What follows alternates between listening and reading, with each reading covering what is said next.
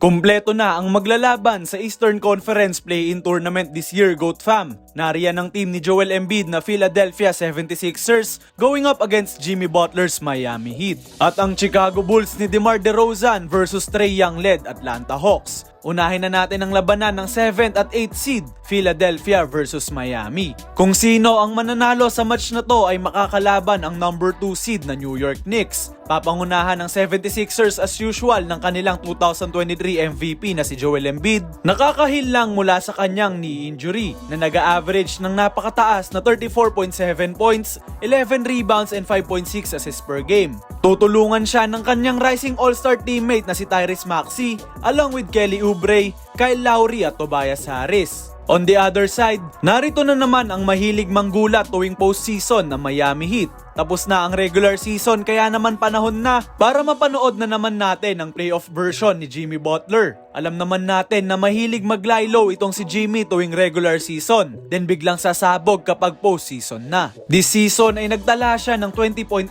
points, 5.3 rebounds and 5 assists per game para sa Heat. At tutulungan naman siya ng kanyang supporting cast in Tyler Hero, Bam Adebayo at Jaime Jaquez Jr. Yamado ang 76ers lalo na sa home court advantage na nakuha nila. Subalit alam naman natin ang kalibre nila Butler when it comes to having upset wins. This year ay 2-2 ang naging season series ng 76ers at Heat at ang average na lamang ng winning team ay nasa 5.5 points lamang. Kaya talagang evenly match ang dalawang teams na ito. Kanino ka, GOAT fam? Sa Team 76ers or sa Team Heat? Abangan natin ang kanilang laban sa April 18, 7 AM oras dito sa Pilipinas.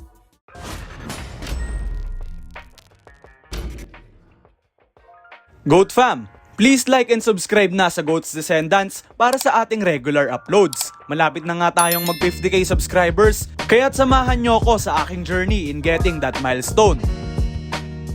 Sa kabilang banda, maglalaban naman ang 9th and 10th seed na Chicago Bulls at Atlanta Hawks to keep their playoff hopes alive. Kung sino kasi ang matatalo rito ay malalaglag na paalis ng playoffs at ang mananalo naman ay makakaharap ang matatalo sa 76ers Heat matchup. Para sa Chicago Bulls ay si DeMar DeRozan ang mananatiling go-to player nila lalo ngayon at wala si Zach LaVine due to an injury. DeRozan will carry Bulls offense with his 24 points, 4.3 rebounds and 5.3 assists per game.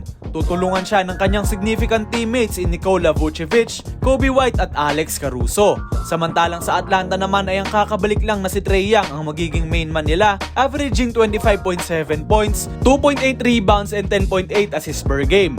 Bibigyan tulong din siya ng partner niya sa backcourt in DeJounte Murray at ang mga magagaling na role players in DeAndre Hunter, Bogdan Bogdanovic, Clint Capela at Jalen Johnson. Sure na ibibigay lahat ng magkabilang teams na ito upang hindi sila malaglag from playoff contention. This year ay 2-1 ang naging season series between the Bulls and the Hawks, with Chicago winning their 3-game series this 2023 to 2024 NBA season. Still, ibang usapan pa rin ang laban when everything is at stake. Kaya't kaabang-abang ang mga ipapakita ng dalawang koponan na ito.